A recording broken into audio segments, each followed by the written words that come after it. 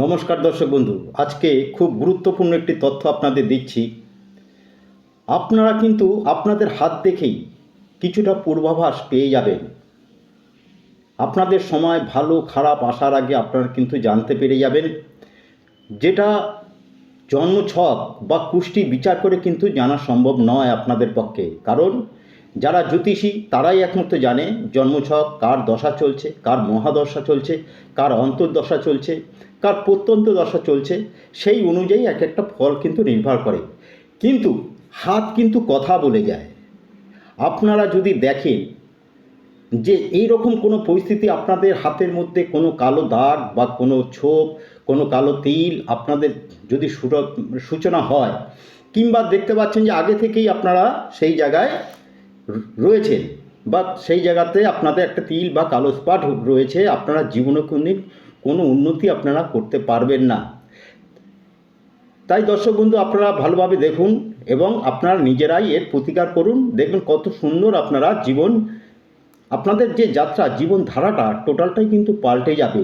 যারা মনে করছেন যে হতাশা নিরাশা হয়ে বসে আছেন, যারা দেখতে পাচ্ছেন কোনো কিছুই আমার দ্বারা হচ্ছে না, জীবনটা বোধহয় বৃথা, আপনি দেখুন, আমি একের পর এক আলোচনা করব এবং পরবর্তী ভিডিওতে আলোচনা করব যে কিভাবে এইখান থেকে আপনারা মুক্তি পাবেন এবং কোনো রত্ন পাথর ছাড়াই সুন্দরভাবে কিন্তু এই জায়গা থেকে আপনারা মুক্তি পেতে পারেন।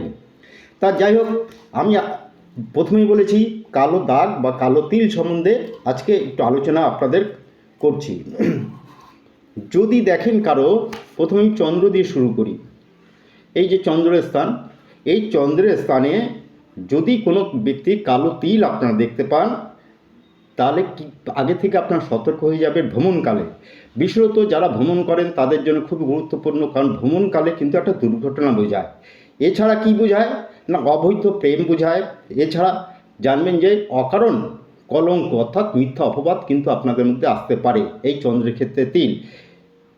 এইখান থেকে আপনারা সাবধান হয়ে যাবেন। তাই আগে থেকে আপনারা যদি এটা দেখতে পান বা উঠছে, তাহলে আপনারা এটা বুঝে যাবেন যে আমার এই পরিস্থিতি ঘটতে চলেছে। সুতরাং এখান থেকে আপনারা একটু সাবধানতা অবলম্বন করবেন। এবার আসুন মঙ্গলের ক্ষেত্র। এই মঙ্গলের ক্ষেত্রে যদি আপনারা তিল দেখেন, জানবেন জায়গা জমি ইত্যাদি নিয়ে আপনাদের মামলা মোকদ্দমায় হয়তো আপনারা জড়িয়ে পড়তে পারেন, ভাই ভাই গণ্ডগোল লাগতে পারে এবং দুর্নামের কিন্তু একটা ভাগিদার আপনারা হতে পারেন। সুতরাং সাবধান হয়ে যাবেন। আমি বলবো কিভাবে এর প্রতিকার করতে হয়। যদি দেখেন এই বুধের ক্ষেত্রে তিল, জানবেন যে প্রতারক অর্থাৎ ঠকবাজের পাল্লায় পড়তে হবে আপনাকে। ঠকবাজের বা প্রতারকের পাল্লায় পড়তে হবে।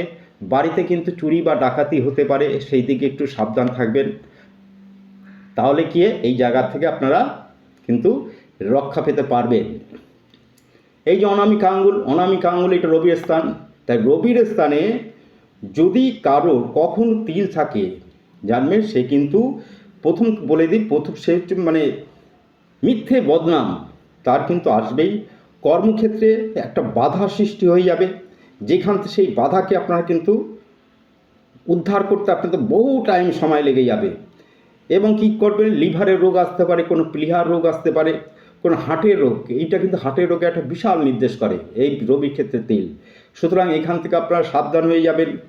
যদি দেখা যায় যে আপনার এই শনির ক্ষেত্রে যদি আপনারা তিল দেখতে পান, তাহলে প্রথম থেকে সাবধান হবেন। কারণ এই তিল খুবই খারাপ। এই তিল আপনাকে মানসিকভাবে টোটালভাবে ভেঙে দেবে এবং একটা যে বলে না মানুষ আত্মহত্যার একটা চিন্তা মাথার মধ্যে ঢুকে যায়। সুতরাং এইখানকার এই তিল আপনারা খুব সাবধানভাবে চলাফেরা করবেন, বড় দুর্ঘটনা ঘটতে পারে। বৃহস্পতির ক্ষেত্রে যদি তিল দেখেন, উন্নতিতে আপনাদের বাধা সবসময়ের জন্য আটকে যাবে, অর্থাৎ প্রতিবন্ধকতা পায়ে পায়ে হচ্ছে আপনার বাধা। যত উঠতে যাবেন তত আপনি নিচে পড়ে যাবেন। এই বৃহস্পতির ক্ষেত্রে কিল সম্মানটা তো হানি হবেই, এবং কি অর্থদণ্ড অর্থাৎ হঠাৎ করে আপনার অর্থ কিন্তু খেসারত দিতে হতে পারে যে কোনো ক্ষেত্রে থেকে। যদি দেখেন এই শুক্রের ক্ষেত্রে যদি তিল দেখা যায়, তাহলে এটা তো মানে নিম্নাঙ্গের যে কোনো একটা রোগকে আপনি প্রথম থেকে বুঝতে পারবেন যে আপনার নিম্নাঙ্গে কোনো রোগ ব্যাধি আপনার আসতে চলেছে।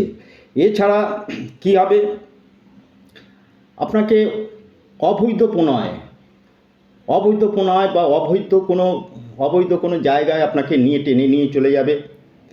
সেইখান থেকে আপনার সাবধান হবেন, সেইখান থেকে আপনাদের মান সম্মান হানি হবে। বিশেষত বিপরীত লিঙ্গের দিক থেকে আপনার মান সম্মানের হানি হতে পারে। এই শুক্রের স্থান, কেতুর স্থানে যদি তিল দেখবেন আপনার কোনো উচ্চস্থান থেকে পতন হতে পারে, কোনো হাতে পায়ে চোট লাগতে পারে, নিম্নাঙ্গের কোনো চোট লাগতে পারে, এবং বারবার যদি এখানে কালো তিল বা স্পট থাকে, বারবার কিন্তু আপনি দুর্ঘটনার কিন্তু শিকার হয়ে যেতে পারেন।